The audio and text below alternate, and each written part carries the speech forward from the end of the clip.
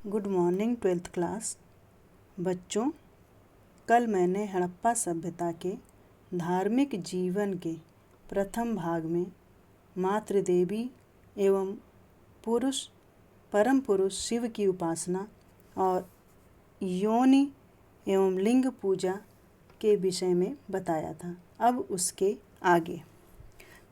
आगे जो है वृक्ष पूजा है। सबसे पहले बच्चों, हड़प्पा सभ्यता में वृक्ष पूजा प्रचलित थी और हड़प्पाई लोगों के द्वारा वृक्ष को दो तरह से पूजने के जो है साक्ष्य मिले हैं।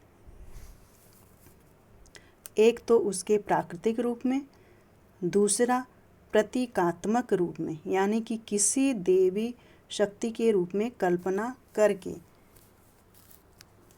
वृक्ष की पूजा के साक्ष्य विभिन्न मुद्रांकनों और कतिपय अन्य अवशेषों से प्राप्त हुए हैं।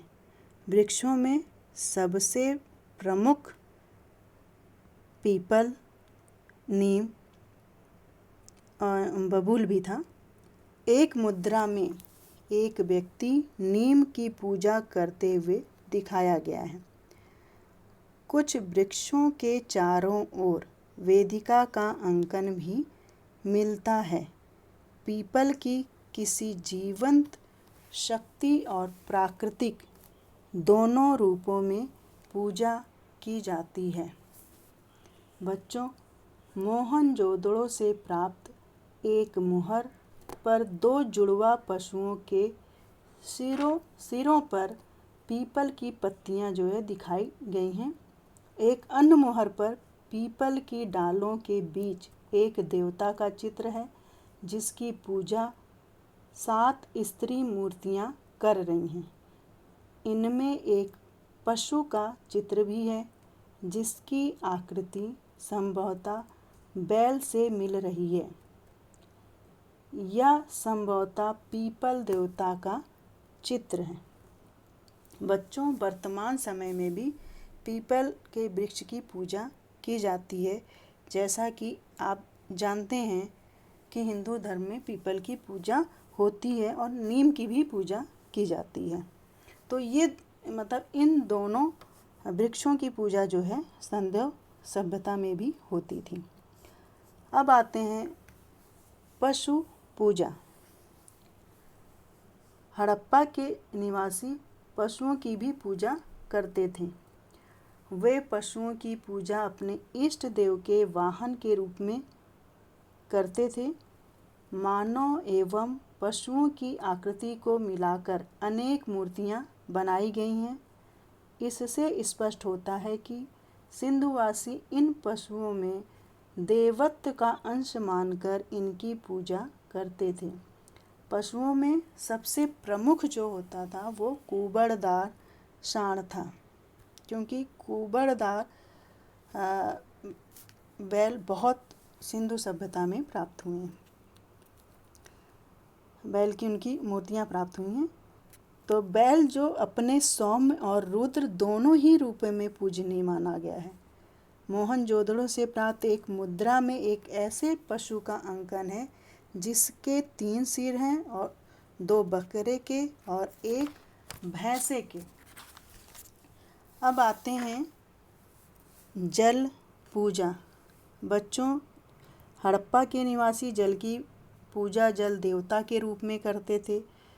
चूँकि प्राचीन सभी सभ्यताएं, जितनी भी सभ्यताएं आप जानते हैं, सभी सभ्यताएं जो है नदियों के किनारे विकसित हुई थीं।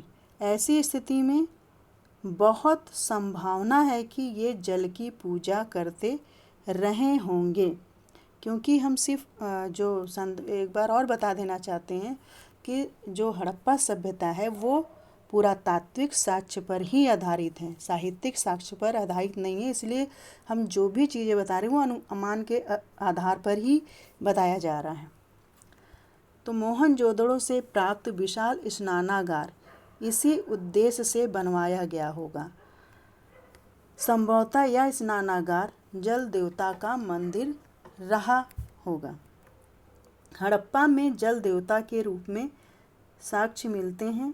सिंध प्रदेश में आज भी जो है घड़ियाल की पूजा की जाए, क्योंकि हड़प्पा में जो है जल देवता के रूप में घड़ियाल के साक्ष्य मिले हैं और आज भी वहाँ जो है पूजा, इस समय वर्तमान में भी घड़ियाल की पूजा सिंधु प्रदेश में की जाती है। अब आते हैं नाग पूजा, और इसमें जो है हड़प्पा सभ्यता में नाग की भी पूजा होती थी और वो देव रूप में होती थी। एक मुद्रा मिली है जिसमें नाग की पूजा करते हुए व्यक्ति का चित्र मिला है।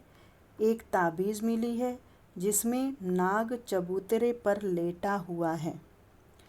मोहनजोदड़ो से प्राप्त मुहर पर एक देवता के दोनों ओर सर्प दिखाया गया और एक अन्य और मुहर मिली है जिस पर बच्चों एक चबूतरे पर सांप लेटा है और उसके सामने कटोरी की तरह कुछ रखा है। संभवतः यह नाग को दूध पिलाने का प्रतीक है।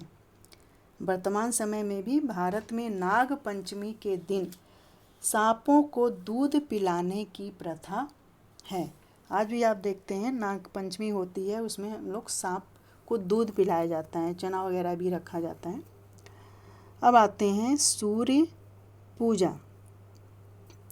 बच्चों, हड़प्पा स्थलों के उत्खनन से बहुत सी प्रतिमाएं मिली हैं जिसमें चक्र बना है और इन चक्रों से किरणें भी निकलती हुई दिखाई गई हैं। यह सूर्य उपासना के प्रचलन को प्रमाणित करता है।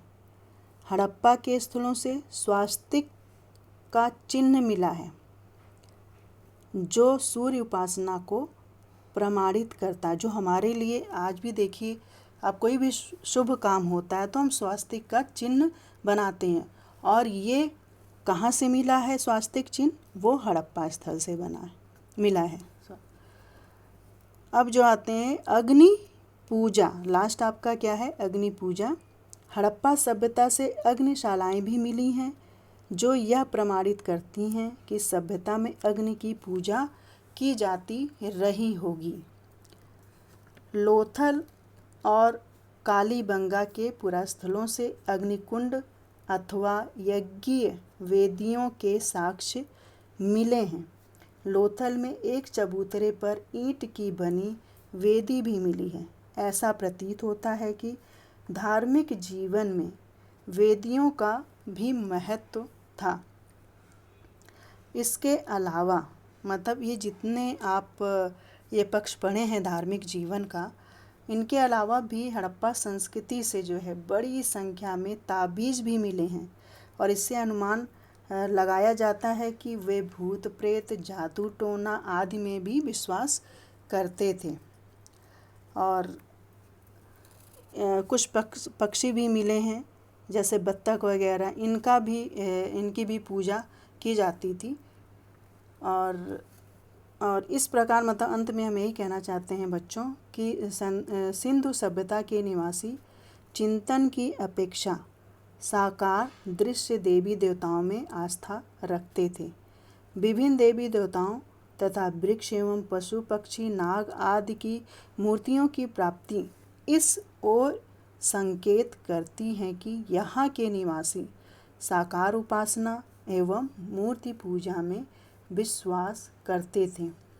जो मूर्ति पूजा का बच्चों जो प्रमाण हमें मिलता है, वो सबसे पहले मूर्ति पूजा का प्रमाण हमें हड़प्पा संस्कृति से ही मिलता है।